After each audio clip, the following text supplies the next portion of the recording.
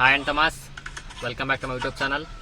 Last blog ನೀವು ನೋಡಿದಂಗೆ ವೈಟ್ಪೇಟೆಲ್ಲ ಅನ್ಲೋಡೆಲ್ಲ ಮುಗಿಸ್ಕೊಂಬಿಟ್ಟು ನಾನು ದಾಬಾಸ್ಪೇಟೆಗೆ ಬಂದ್ಬಿಟ್ಟು ಗಾಡಿ ಹಾಕ್ಕೊಂಡೆ. ಇವಾಗ ದಾಬಾಸ್ಪೇಟೆಯಲ್ಲಿ ಲೋಡ್ ಮಾಡ್ತಿದ್ದೀವಿ. ಈ ಒಂದು ವಾರ ಲೋಕಲ್ಲೇ ಮಾಡ್ಬೇಕು ಅಂತ ಅಂದ್ಕೊಂಬಿಟ್ಟು ಎಲ್ಲಿಗಪ್ಪ ಅಂತಂದರೆ ಶಿವಮೊಗ್ಗ ಬೇಡ ಅಂದರೆ ಶಿವಮೊಗ್ಗಕ್ಕೆ ಲೋಡ್ ಸಿಕ್ತು.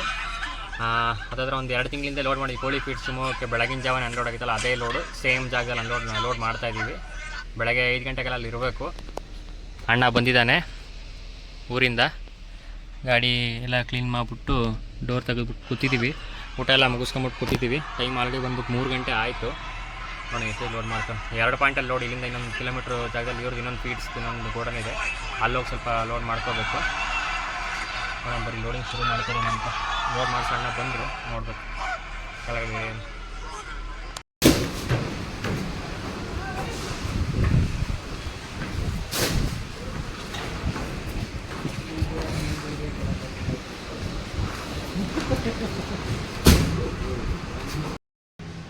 ಫಸ್ಟ್ ಪಾಯಿಂಟಲ್ಲಿ ಲೋಡಿಂಗ್ ಎಲ್ಲ ಮುಗಿಸ್ಕೊಂಬಿಟ್ಟು ಸೆಕೆಂಡ್ ಪಾಯಿಂಟಿಗೆ ಬಂದಿದ್ದೀವಿ.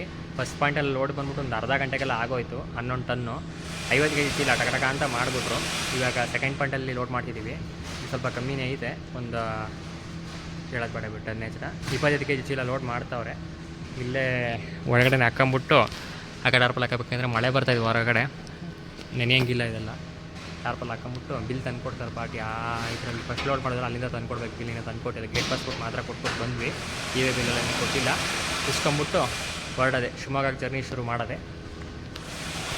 ಹಿಂಗಿದೆ ನೋಡಿ ಫ್ಯಾಕ್ಟ್ರಿ ಕೋಳಿ ಫೀಡ್ಸ್ದು. ಪರವಾಗಿಲ್ಲ, ಈ ಟ್ರಿಪ್ಪು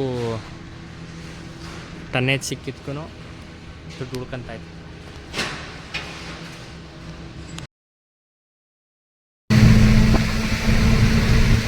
ಸೆಕೆಂಡ್ ಪಾಯಿಂಟಲ್ಲೂ ಗಾಡಿ ಎಲ್ಲ ಲೋಡ್ ಆಯಿತು. ಹೊರಟಿದ್ದೀವಿ. ಜಸ್ಟ್ ದಾಬಾಸ್ಪೇಟೆಗೆ ಬಿಟ್ಟಿದ್ದೀವಿ. ಇವಾಗ ಅಕಾಡಪ್ಪಲ್ಲೆಲ್ಲ ಹಾಕ್ಕೊಂಡ್ವಿ, ಬಿಲ್ಲೆಲ್ಲ ಇಸ್ಕೊಂಡ್ವಿ. ಅಡ್ವಾನ್ಸ್ ಎಲ್ಲ ಏನಿಲ್ಲ, 2 ರೂಪಾಯಿ ಬಾಡಿಗೆ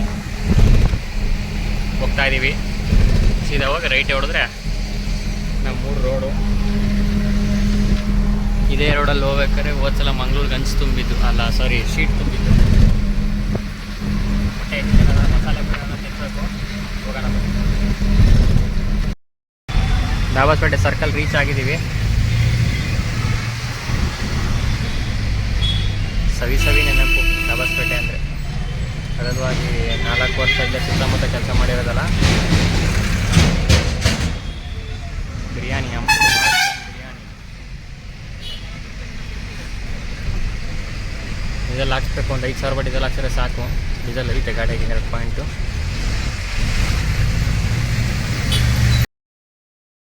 ಬಂತು ಹೊಸ ಬಂಕು.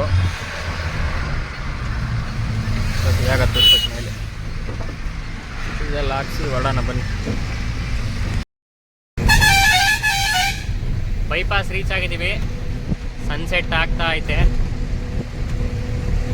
ಡೀಸೆಲೆಲ್ಲ ಹಾಕ್ಸ್ಕೊಂಬತ್ತು ಬಂದ್ವಿ. ಡೆಫ್ದೇ ಸ್ವಲ್ಪ ಇದಾಗ್ತಾ ಇರೋದು. 1 ಪಾಯಿಂಟ್ ಐತೆ ಅಲ್ಲಿ. ವೈಟ್ಫೀಲ್ಡ್ ಅನ್ಲೋಡ್ ಮಾಡ್ದಂಗಿಂದ 1 ಪಾಯಿಂಟಲ್ಲಿ ಓಡಾಡ್ತಾನೆ ಇದ್ದೀವಿ. ಶೋರೂಮಿಲೆಲ್ಲೋ ತುಮಕೂರು ಸಿಟಿ ಒಳಗಡೆಲ್ಲ ತೋರಿಸ್ತಾ ಇದೆ. ಸುತ್ತಮುತ್ತ ಎಲ್ಲ ಟಾಟಾ ಶೋರೂಮ್ ಏನಾದ್ರು ಇದ್ದರೆ ಗೊತ್ತಿರೋ ಕಮೆಂಟ್ ಮಾಡಿ. ನೋಡೋಣ, ಬರ್ಬೇಕಾ ನಮಗೊಂದು ಅನುಕೂಲ ಆಗುತ್ತೆ. ಟೂರಲ್ಲಿ ಹತ್ರ ಇರೋದಂತ ತೋರಿಸ್ತಾ ಇದೆ. ಅಂದ್ಬಿಟ್ಟು ಎಲ್ಲೂ ಇಲ್ಲ ಅಂತ ತೋರಿಸ್ತದೆ ಗೂಗಲಲ್ಲಿ. ನೋಡೋಣ, ಚೆನ್ನಾಗೈತೆ.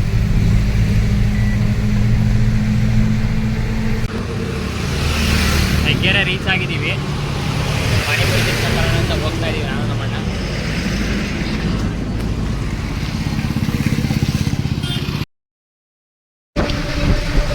ಪಾನಿಪುರಿ ಎಲ್ಲೂ ಸಿಗಲಿಲ್ಲ ಅಲ್ಲಿ. ಎಗ್ ರೈಸು ಮತ್ತು ಗೋಬಿ ತಿನ್ಕೊಂಡ್ಬಿಟ್ಟು ಟೀ ಕೊಟ್ಟು ಹೋಗ್ತಾ ಇದ್ದೀವಿ. ಶಿವಮೊಗ್ಗ ಕರೆಕ್ಟಾಗಿ 2 ಕಿಲೋಮೀಟರ್ ಇದೆ. ಸೌಂಡಿಗೆ ಆ್ಯಕ್ಚುಲಿ ಕೇಳ್ತಾ ಇಲ್ಲ ಅನ್ಸುತ್ತೆ ನಾನು ಮಾತಾಡ್ತಾ ಇರೋದು. ಶಿವಮೊಗ್ಗದ ತನಕ ಇದೇ ಥರ ಪೂರ ಹೈವೇ ಇದ್ಬಿಟ್ರೆ ಭಾಳ ಬಂಗಾರ ಆಗ್ತಿತ್ತು. ಏನು ಮಾಡ್ತೀರಾ? ಇಲ್ಲ.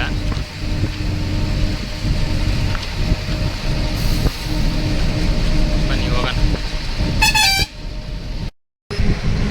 ಅರಸೀಕೆರೆ ರೀಚ್ ಆದ್ವಿ. ಜಸ್ಟ್ ಇವಾಗ ಕುಷ್ಕಾ ಬಿರಿಯಾನಿ ತಿಂದ. ನಾನು ಕುಷ್ಕಾ ತಿಂದ, ನಮ್ಮ ಅಣ್ಣ ಬಿರಿಯಾನಿ ತಿಂದ.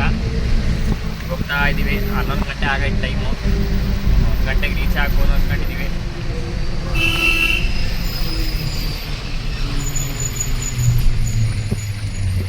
ಸರ್ಲಾಗರ ಅಮೃತ ಚಹಾ ಸಿಗುತ್ತೆ ಇವಾಗ. ಈ ಇಲ್ಲೇ ಲೆಫ್ಟ್ ಸೈಡಲ್ಲಿ ಮುಂದಕ್ಕೆ ಹೋದ್ರೆ ಐತೆ. ಬಟ್ ಅದೇ ಕ್ಲೋಸ್ ಆಗಿರುತ್ತೆ. ಇಷ್ಟೊತ್ತಿಗೆಲ್ಲ 11 ಗಂಟೆಗೆ ತೆಗಿರ್ತಾರೆ. ಒಬ್ಬರು ಲೇಡಿ ನಡೆಸ್ತಾರೆ ಅದನ್ನು.